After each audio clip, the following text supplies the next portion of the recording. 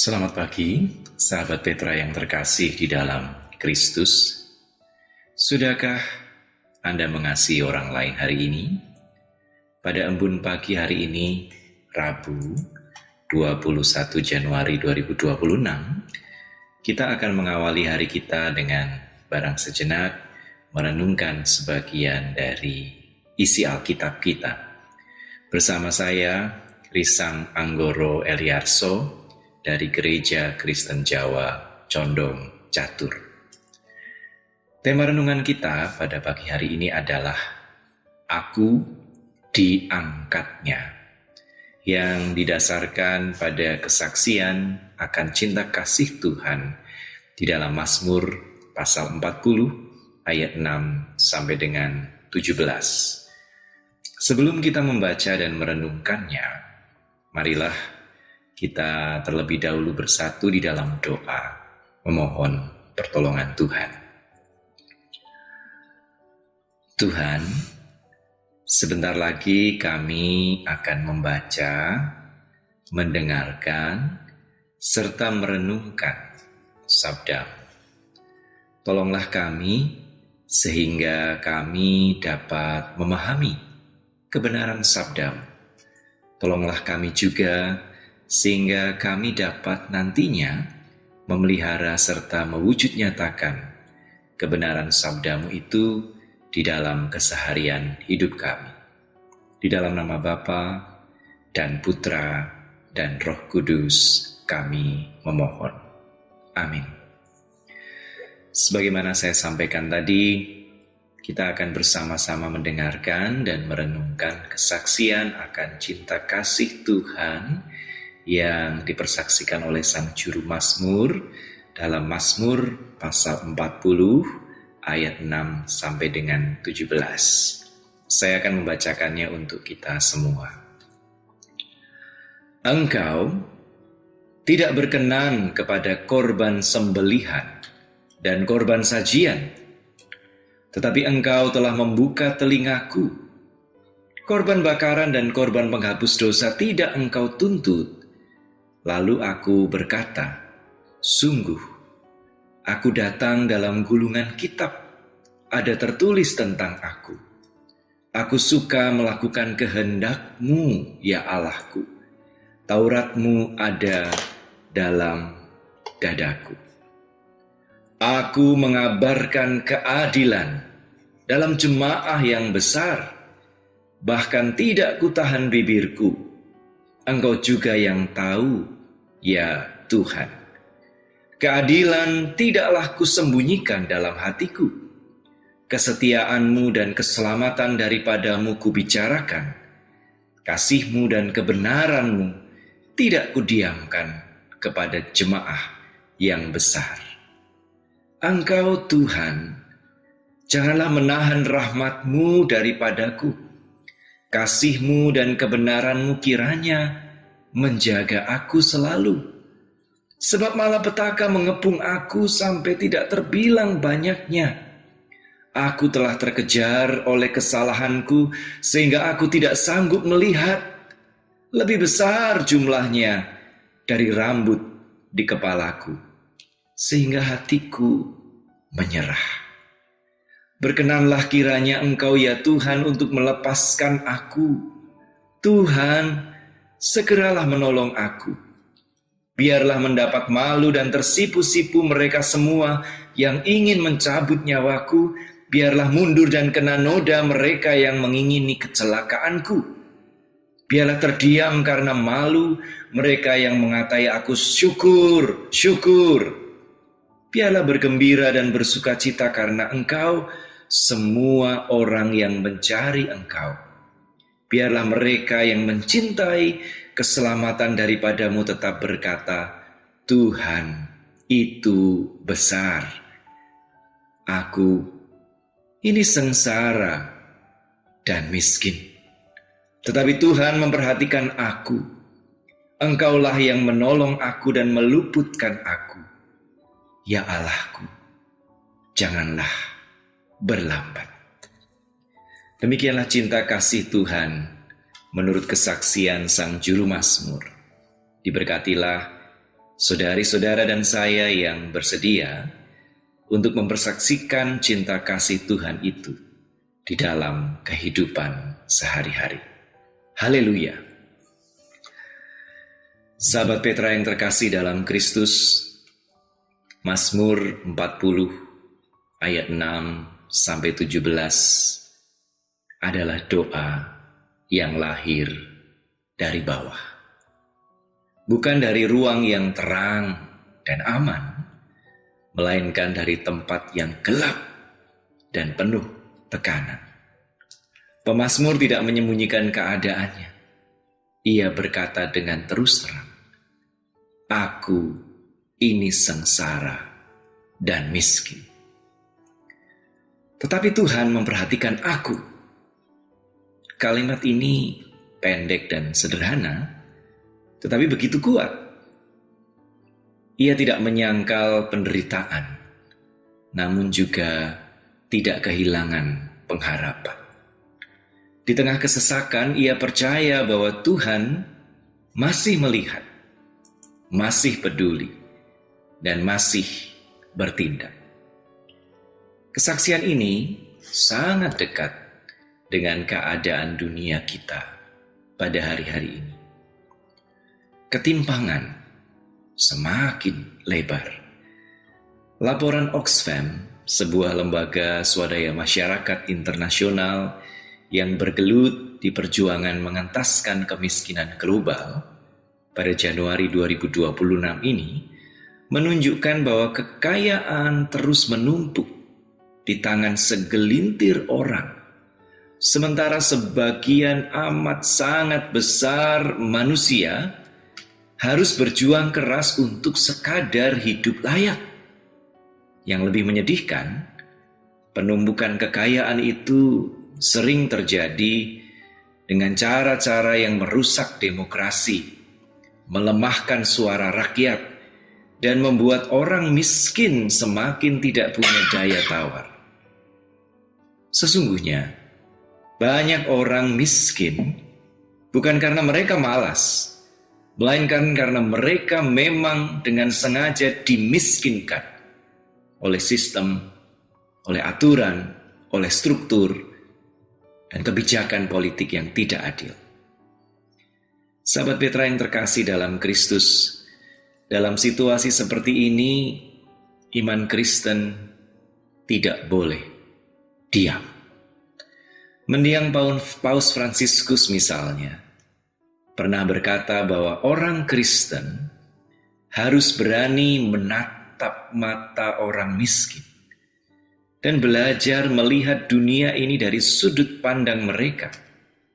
Sebab dari sudut pandang mereka lah Kristus memandang dunia. Ya, Yesus tidak memandang hidup dari menara gading kekuasaan, tetapi dari jalanan yang kumuh. Dari rumah-rumah yang reot, dari perut yang lapar, dan dari hati yang remuk redam. Mazmur 40 mengingatkan kita bahwa Tuhan tidak terutama menginginkan korban dan persembahan. Engkau tidak berkenan kepada korban sembelihan dan korban sajian, kata sang juru Mazmur. Yang Tuhan kehendaki adalah telinga yang terbuka, adalah hati yang taat, adalah mulut yang menyuarakan keadilan dan kebenaran. Artinya, iman tidak terutama diukur dari seberapa rajin saudari-saudara dan saya beribadah, tetapi sebetulnya dari seberapa peka kita mendengar jeritan sesama kita. Ibadah yang sejati tidak berhenti di dalam gedung gereja, tetapi semestinya terutama dan pertama-tama diwujud nyatakan dalam tindakan sehari-hari. Di ayat 2 yang mendahului bahan bacaan kita, sang juru Mazmur bersaksi bahwa Tuhan mengangkatnya dari lubang kebinasaan dan lumpur rawa. Gambaran ini sangat nyata. Banyak orang memang hidup seperti terjebak dalam lumpur hisab. Mereka bekerja amat sangat keras, tetapi senantiasa kesulitan untuk sekadar mencukupi kebutuhan hidup yang paling mendasar. Kebutuhan akan makanan, kebutuhan akan pendidikan, kebutuhan akan kesehatan, bahkan kebutuhan akan tempat tinggal yang layak. Mereka berusaha untuk bangkit, tetapi selalu jatuh, bahkan dibuat terjatuh lagi. Dalam kondisi seperti itulah, yang paling dibutuhkan bukan nasihat atau khotbah yang panjang dan menghibur, melainkan tangan yang sungguh-sungguh mau mengangkat. Dan seringkali tangan Tuhan mengangkat mereka melalui tangan-tangan manusia yang peduli dan berpihak. Disinilah panggilan orang Kristen menjadi jelas. Keberpihakan kepada orang miskin bukanlah pilihan bagi pengikut Kristus. Bukan juga sekadar program gereja. Ini adalah inti dari panggilan mengikut Kristus. Jika kita mengaku percaya kepada Yesus Kristus dari Nazaret itu, yang mengangkat orang sengsara dan miskin, tetapi kita menutup mata terhadap ketidakadilan, maka sesungguhnya kita sedang menipu diri sendiri, menipu sesama kita, bahkan menipu Tuhan. Sahabat Petra yang terkasih dalam Kristus, tema renungan kita pagi ini adalah Aku Diangkatnya. Tema ini bukan sekadar pengakuan pribadi, tetapi ini sebenarnya menjadi harapan dan panggilan bersama. Orang yang miskin dan menderita sungguh-sungguh perlu merasakan bahwa mereka tidak sendirian, bahwa Tuhan sungguh mengangkat mereka, dan bahwa tangan Tuhan yang mengangkat itu nyata melalui kepedulian dan keberpihakan kita, saudari-saudara dan saya yang adalah sesamanya. Pertanyaannya tentu, apa yang bisa kita lakukan? Tidak semua orang punya kuasa yang besar atau harta yang melimpah ruah. Tetapi sejatinya setiap kita bisa ambil bagian. Masing-masing kita bisa punya peran. Pertama-tama, kita bisa belajar untuk mendengarkan dengan sungguh-sungguh. Mari kita dengarkan terutama cerita-cerita orang-orang kecil, bukan orang-orang besar dan sukses. Mari kita dengarkan cerita para buruh, para pedagang kecil, para pekerja informal, dan mereka yang hidup di dalam keterbatasan bahkan kekurangan. Dengarkanlah mereka dengan sungguh-sungguh, tanpa merasa lebih tahu apalagi menghakimi mereka. Saudara dan saudara, seringkali perasaan didengarkan saja sudah membuat orang yang sengsara dan miskin merasa sungguh-sungguh diangkat. Yang kedua, kita bisa belajar untuk hidup lebih sederhana. Keberpihakan dimulai dari cara kita untuk menggunakan uang, menggunakan berkat Tuhan. Kita perlu mengurangi gaya hidup yang berlebihan. Kita perlu tidak hidup boros, sehingga kita bisa lebih banyak berbagi. Dan memang berbagi adalah bentuk yang paling nyata dari solidaritas. Kesederhanaan adalah pilihan untuk tidak menutup mata. Kesederhanaan adalah pilihan untuk berpihak dan melakukan sesuatu bagi mereka yang sengsara dan miskin. Yang ketiga, kita perlu sungguh-sungguh belajar untuk peduli dan berani tidak terus diam. Ketika melihat ketidakadilan yang mungkin tidak mempengaruhi kita secara langsung, tidak semestinya kita berkata, "Oh, itu bukan urusan saya." Kepedulian bisa dimulai dari hal-hal kecil. Kita bisa bercakap-cakap, kita bisa memberikan dukungan moral, kita bisa berdoa untuk keadilan, dan kita perlu bersikap kritis terhadap banyak kebijakan yang sejatinya merugikan mereka yang paling miskin. Diam seringkali berarti membiarkan ketidakadilan terus berjalan.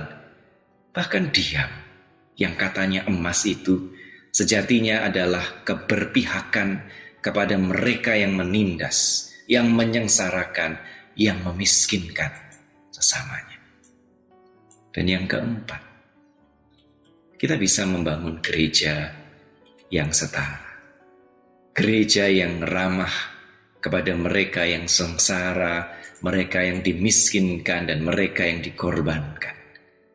Karena gereja semestinya menjadi tempat di mana orang yang miskin, yang sengsara, tidak merasa rendah, apalagi dipermalukan, dan tidak sekadar dilihat sebagai penerima bantuan.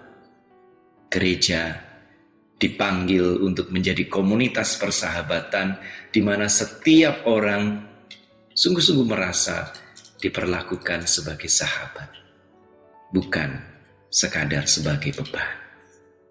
Sahabat Petra yang terkasih dalam Kristus, Mazmur 40 ditutup dengan keyakinan bahwa Tuhan adalah penolong dan pembebas.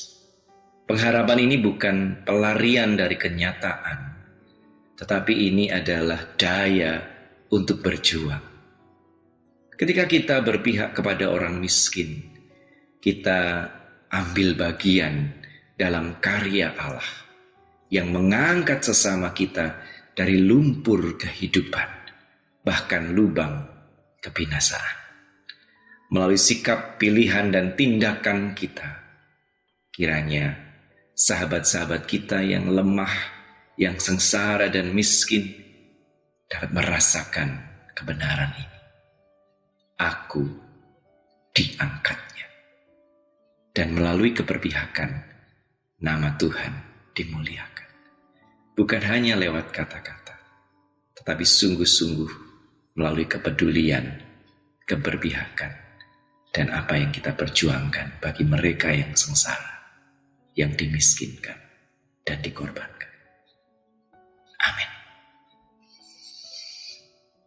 Saat ini marilah kita kembali bersatu di dalam doa. Tuhan, jadikanlah kami saluran kasih-Mu ketika kami mengawali hari yang baru ini. Ketika hari ini nanti dipenuhi kesibukan, jadikanlah kami tetap peka. Ketika kami berjumpa dengan yang lemah, jadikanlah kami hadir dan peduli. Ketika kami melihat ketidakadilan, jadikanlah kami berani berpihak kepada para korban.